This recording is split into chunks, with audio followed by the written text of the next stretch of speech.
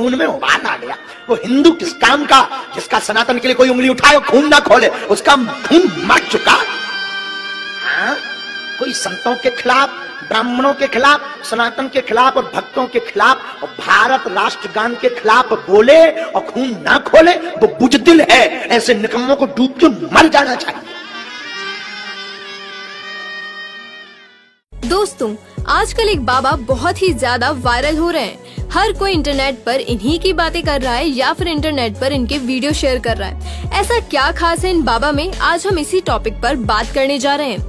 बाबा बागेश्वर धाम, ये नाम सुनकर आपको लग रहा होगा कि ये कोई ऐसी जगह है जहाँ पर लोग बड़ी संख्या में पूजा करने आते हैं, लेकिन हम आपको बता दें कि ये किसी जगह का नाम नहीं बल्कि ये बाबा का ही नाम है। सोशल मीडिया पर वायरल होने वाले बाबा बागेश्वर धाम के बारे में अलग अलग लोगों की अलग अलग राय है। कोई उन्हें ढोंगी बाबा कह रहा है तो कोई उन्हें चमत्कारी बाबा मानता है। लेकिन एक बात तो तय है कि डे बाय डे बाबा बागेश्वर धाम की फैन फॉलोइंग बढ़ती ही जा रही है। तो आज हम इसी वीडियो में बाबा बागेश्वर धाम से जुड़े कुछ इंटरेस्टिंग फैक्ट्स आपको बताएंगे। अगर बाबा बागेश्वर धाम की बात की जाए तो इनके काम चमत्कारों से भरे पड़े हैं। जैसे किसी की मन की बात पढ़ना हो या फिर उसकी भविष्य की गणना करना हो। अपने पंडाल में सारे चमत्कार बाबा आए दिन करते ही रहते हैं। साथ ही इनकी फैन फॉलोइंग का तो कोई जवाब ही नहीं है। बहुत सारी लड़कियां इनकी फैन है और कुछ के तो ये क्रश भी हैं, क्योंकि बाबा हैं ही इतने हैंडसम। यही वजह है कि बाबा को जो भी देखता है, भक्त बने या ना बने, फैन तो जरूर बन ही जाता है। अब इस लड़की को ही ले लो, इस लड़की का अपनी भावनाओं पर कंट्रोल नहीं रखा और गुरुजी को ही बाबू कहकर बुलाने लगी।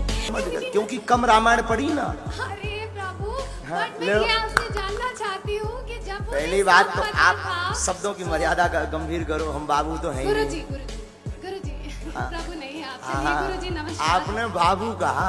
नहीं, मैंने आपको ये नहीं कहा, मैंने आपको प्रभु कहा। प्रभु कहा नहीं, चलो ठीक है, प्रभु कहा, प्रभु। ये सुनकर बाबा जी थोड़े नाराज हो गए और यही नहीं, बहुत सारी लड़कियां इनसे बहुत सारे सवाल पूछती हैं और बाबा जी उसका अलग अलग तरीके से हंसी मजाक करते हुए जवाब देते हैं। किसी बॉलीवुड हीरो जैसे दिखने वाले इन बाबा के बारे में बताने से पहले हम आपको कुछ बातें क्लियर कर देना चाहते हैं, क्योंकि हमारा हिंदू धर्म ओपन रिलीजन है जिस पर किसी का कोई कंट्रोल नहीं है। यहाँ कोई भी अपनी मर्जी से बाबा बन सकता है, जिसके लिए कोई सर्टिफिकेट भी नहीं लगता, और ये अच्छी चीज भी है। लेकिन कई लोग इसका फायदा उठाकर लोगों को गुमराह भी करते हैं। अब ये बाबा रियल हैं या नहीं, ये हम आपको नहीं बता सकते, लेकिन हम आपको इनकी असल जिंदगी की कहानी जरूर बता सकते हैं, जिसको सुनकर आप खुद ही अंदाजा लगा लेंगे कि ये बात सच है या झूठ है। बाबा जी का असली नाम धीरेन्द्र कृष्ण शास्त्री है और ये मध्य प्रदेश के रहने वाले हैं। और जिस बागेश्वर धाम सरकार की बात करते हैं, वह मध्य प्रदेश के छतरपुर जिले के गंज कस्बे में बालाजी का पुराना मंदिर है, जिसमें इन बाबा जी की फैमिली 3 पीढ़ियों से पूजा अर्चना कर रही है। कहा जाता है कि धीरेन्द्र जी के दादाजी भगवान दास गर्ग, जिन्हें लोग बाबा श्री सेतुलाल के नाम से भी जानते थे, बड़े ही तेजस्वी संत हुआ करते थे, जो निर्मोही अखाड़े से भी जुड़े हुए थे। और वे इसी बालाजी धाम पर एक दिव्य दरबार चलाया करते थे, जिसमें लोग अपनी समस्या लाया करते थे और बाबा जी उनका निवारण करते थे। धीरेन्द्र जी अपने दादाजी को ही अपना गुरु मानते थे। वह 9 साल की उम्र से ही अपने दादाजी के साथ मंदिर की सेवा में लग गए थे। उस टाइम इंटरनेट तो हुआ नहीं करता था, इसलिए इनके दादाजी गुमनामी में कहीं खो गए। लेकिन जब धीरेन्द्र जी ने इस दरबार को संभाला तो उनके भक्त उनका वीडियो रिकॉर्ड करके सोशल मीडिया पर डालने लगे और देखते ही देखते बाबा जी की पॉपुलैरिटी विदेशों तक पहुँच गयी।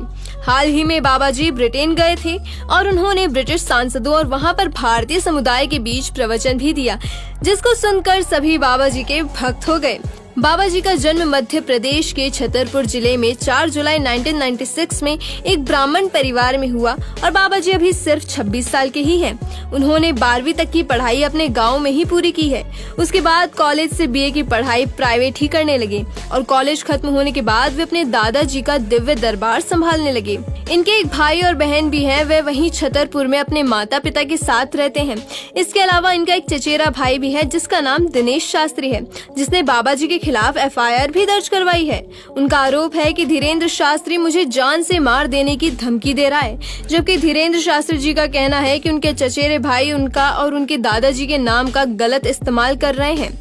बागेश्वर धाम में मंगलवार को भक्तों की अर्जी लगती है। अर्जी लगने के बाद लोग यहाँ पर एक नारियल को लाल कपड़े में बांधकर उसे किसी स्थान पर बांध देते हैं और अपनी मनोकामना मांग लेते हैं और मंदिर की राम नाम जपते हुए 21 परिक्रमा करते हैं। यहाँ पर आपको लाखों की संख्या में नारियल बंधे हुए दिख जाएंगे। मंदिर के पास ही बाबा जी का दरबार लगता है। वहाँ हजारों लोग अपनी समस्या लेकर आते हैं और हजारों की भीड़ में बाबा जी किसी का भी नाम लेते हैं और वह व्यक्ति जब तक उनके पास पहुँचता है, बाबा जी उसकी पूरी समस्या और उसकी पूरी कुंडली निकाल चुके होते हैं। ये सब कुछ देखकर सभी भक्त अचरज में पड़ जाते हैं। साथ ही बाबा गरीब लड़कियों के विवाह के लिए सामूहिक पंडाल भी लगाते हैं और बूढ़े और बेघर लोगों के लिए इन्होंने वृद्धाश्रम भी खोल रखे हैं।